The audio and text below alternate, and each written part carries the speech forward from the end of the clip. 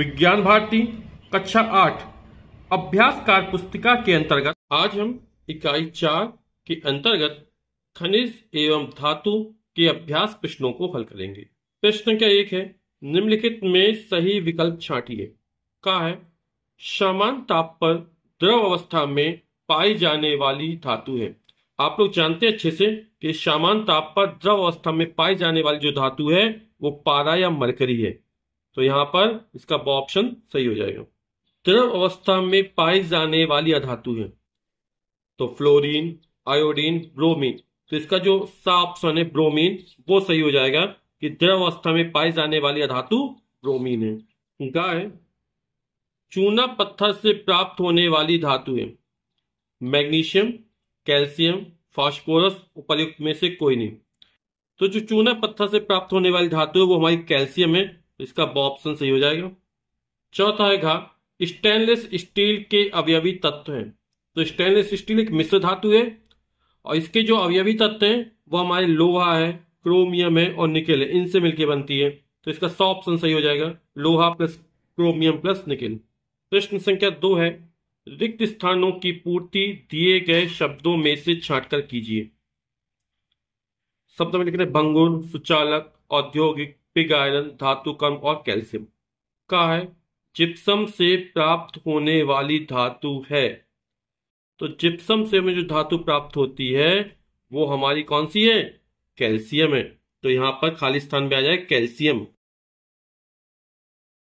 Carbon graphite विद्युत का होता है।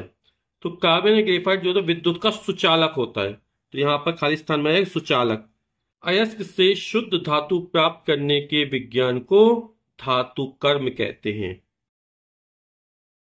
ज्यादातर ठोस अधातुएं हथौड़ा मारने पर हो जाती हैं। तो यहां पर यह शब्द आएगा भंगुर हो जाती हैं। अगला है, वात्य भट्टी से प्राप्त लोहा कहलाता है। तो आप लोग जानते हैं ये पिग आयरन कहलाता है। अगला है प्रश्न संख्या 3, निम्नलिखित अयस्कों का रासायनिक सूत्र लिखिए। तो अयस्क दिए गए हमको और इनके रासायनिक सूत्र हमने ये लिख दिए।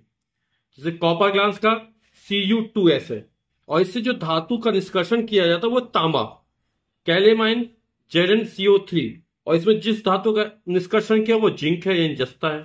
हेमेटाइट Fe2O3 इससे लोहे का निष्कर्षण किया जाता है। कैल्कोपाइराइट CuFeS2, गैलेना PbS और बॉक्साइट Al2O3 2H2O। प्रश्न संख्या 4, स्तंभ का मिलान स्तंभ खा से कीजिए। बॉक्साइट और यहां पर धातु दी गई है तो बॉक्साइट अयस्क से एल्युमिनियम धातु का निष्कर्षण किया जाता है। तो यहां पर हो जाएगा एल्यूमिनियम। कैल्कोपाइराइट CuFeS2 होता है, इससे कॉपर का निष्कर्षण किया जाता है। कैलेमाइन ZnCO3 और इससे जिंक का निष्कर्षण किया जाता है। अर्जेंटाइट Ag2S और इससे सिल्वर का निष्कर्षण किया जाता है। और कोयला से कार्बन। प्रश्न संख्या 5 है, मिठाई के ऊपर लगी चमकीली पन्नी को आपने अवश्य देखा होगा, वह किस धातु की बनी होती है? पतली पन्नी या चादर धातु के किस गुण के कारण बनती है? तो मिठाई के ऊपर जो चमकीली पन्नी लगी होती है वो सिल्वर यानी चांदी की होती है और धातुओं की जो चादर होती है वो धातु किस गुण के कारण बन जाती है? तो आघात वर्धनीयता गुण होता है कि जब धातुओं पर आघात किया जाता है, उनको ठोका पीटा जाता है तो उनकी लंबाई और चौड़ाई बढ़ती है। तो ये क्या आघात वर्धनीयता गुण है, आघात करने पर वो बढ़ जाते, वर्धन हो जाता उनका। प्रश्न संख्या 6, रिया अपनी मां के साथ सोने की अंगूठी खरीदने के लिए आभूषण की दुकान पर गई।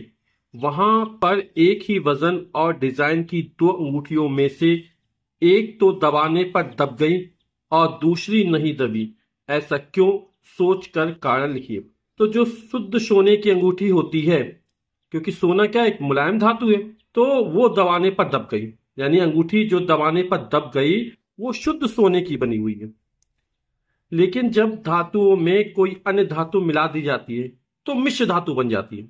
जैसे सोने में तांबा मिला दो तो सोने की कठोरता बढ़ जाती है, तो जो मिश्र धातु होते हैं वो मूल धातुओं से ज्यादातर कठोरी बनती हैं। तो जब सोने में तांबा मिला दिया जाता है या अन्य धातु मिला दी जाती है तो उसके जो आभूषण होते हैं वो मजबूत बनते हैं, है ना। तो जो अंगूठी दबाने पर दब गई वो शुद्ध सोने की है, और जो नहीं दबी वो क्या है, मिश्र धातु है, उसमें कोई अन्य धातु मिश्रित कर दी गई है। तो जो अंगूठी दबाने पर दब गई वह शुद्ध सोने की बनी है, जबकि दूसरी अंगूठी सोने में कोई अन्य धातु मिश्रित करके बनाई गई होगी, यानी किसी अन्य मिश्र धातु की बनी होगी।